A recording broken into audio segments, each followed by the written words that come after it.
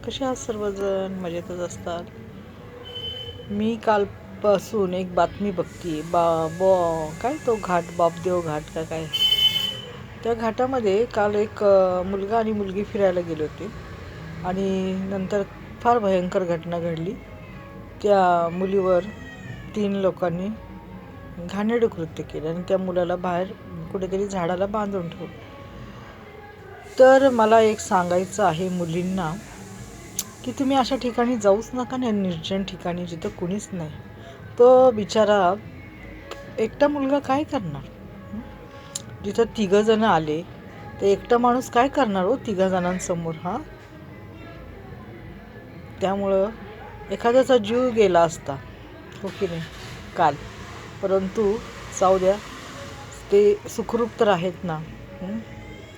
तर मुलींना आणि मुलांना पण माझं एक सांगणं आहे, तुमचं एखाद्या संगती प्रेम आहे ना, तर ते जास्त दिवस इकडं फिरा तिकडं फिरा करत नका बसू. डायरेक्ट लग्न करून मोकळे व्हा. कारण का, तुम्हाला पण सोपं आणि तुम्हाला राहणं पण सोपं.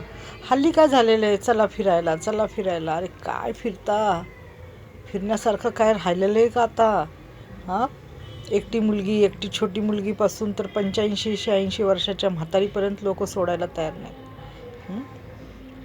काय फिरता? काय त्या फिरण्याचा फायदा झाला?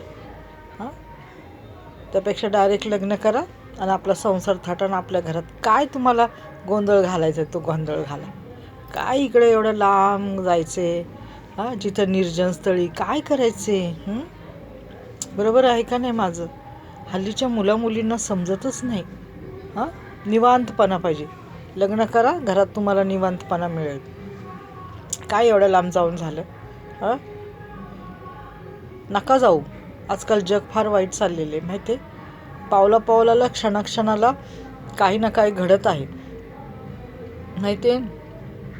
त्यामुळं आता ते अंकल म्हणणाऱ्या मुलींवरच त्या माणसाने बलात्कार केला. शाळेतल्या 6 वर्षाच्या मुली. काय जग कुठं चाललेलं आहे, माहिती आहे. तेव्हा तुम्ही तुमची काळजी घ्या, स्वतःची आणि इतरांची पण घ्या. धन्यवाद.